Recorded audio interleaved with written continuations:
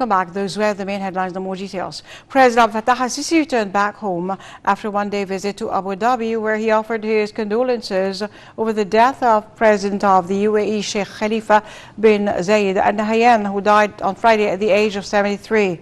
Earlier, President Sisi mourned the death of the Emirati leader, saying he sincerely loved Egypt and was a loyal friend in all circumstances, as Egypt declared a three-day mourning period in honor of the departed. Details.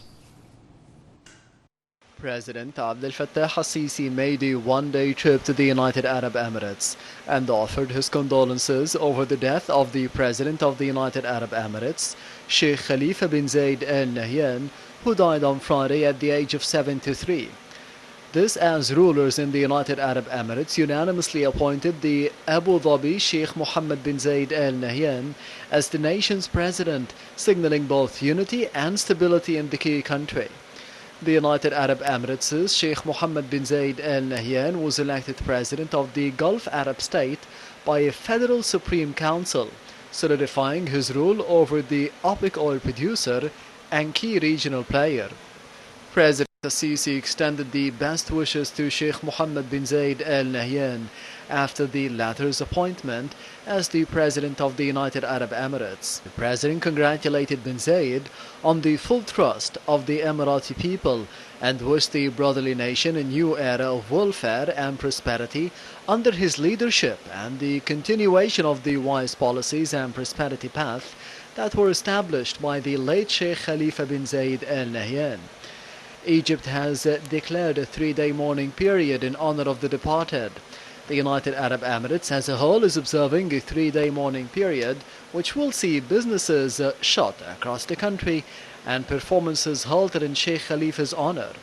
Electronic billboards all showed the late Sheikh's image in Dubai on Friday night as the flags flew at half-staff. A wider mourning period of 40 days will go on beyond that. Sheikh Khalifa bin Zayed Al Nahyan served as the second president of the United Arab Emirates and the 16th ruler of Abu Dhabi since 2004. The transition of power marks only the third time the country of 7 sheikdoms has selected a president since becoming an independent nation in 1971. President Abdel Fattah al-Sisi and Oman Sultan were among the first leaders to visit Sheikh Mohammed bin Zayed on Saturday.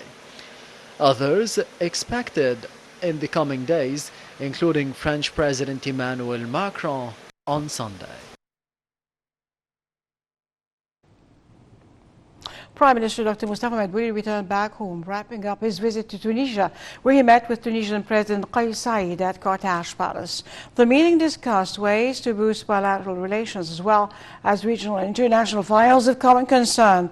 The Prime Minister stressed Egypt's full support to Tunisia's reforms on the political and constitutional path. For his part, Saied expressed his appreciation to the deeply rooted ties that bind Egypt and Tunisia, asserting that his country will never forget Egypt's full support in time of crises.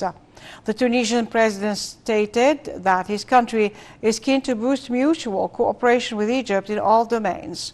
Earlier, the 17th Egyptian-Tunisian Higher Committee meetings kicked off under the chairmanship of both Prime Minister Dr. Mustafa Madbouli and his Tunisian counterpart Najla Bouden. Madbouli and Bouden held a press conference highlighting the success of the forum and the signing of a number of memos of understanding to enhance cooperation in cybersecurity, smart healthcare services, and several economic fields. Minister of Defense General Mohammad Zaki received on Saturday his Chadian counterpart Dawood Yahya. The high-ranking guest hailed Egypt's efforts to establish security and stability in Africa. Details. Ministry of Defense and Military Production Lieutenant General Mohammad Zaki received visiting Chadian Minister Lieutenant General Dawood Yahya Ibrahim to preside over the Council of National Defense. Veteran fighters and war victims, as well as official reception, was held for the high-ranking guests at the headquarters of the Defense Ministry. The meeting tackled regional and international developments and their repercussions on the security and stability in Africa in light of the current challenges, as well as discussing ways of boosting cooperation in the military and security fields. Zaki, the General Commander of the Armed Forces, hailed the strategic ties that bind the armed forces of Egypt and Chad, stressing the importance of coordinating efforts between the two sides in different domains.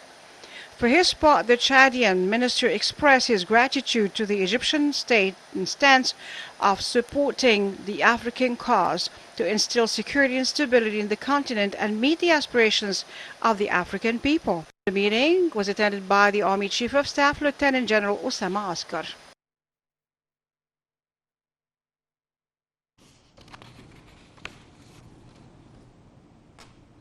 The Ministry of Interior resumed its campaigns to control prices of strategic commodities and arrest traders accused of hiding goods with the aim of overpricing. The campaigns resulting in recording 340 supply cases and confiscating 43 tons of food and non-food commodities in the past 24 hours. The campaigns meanwhile targeted those behind manipulating wheat delivery schemes, as 444 tons of local wheat were also seized.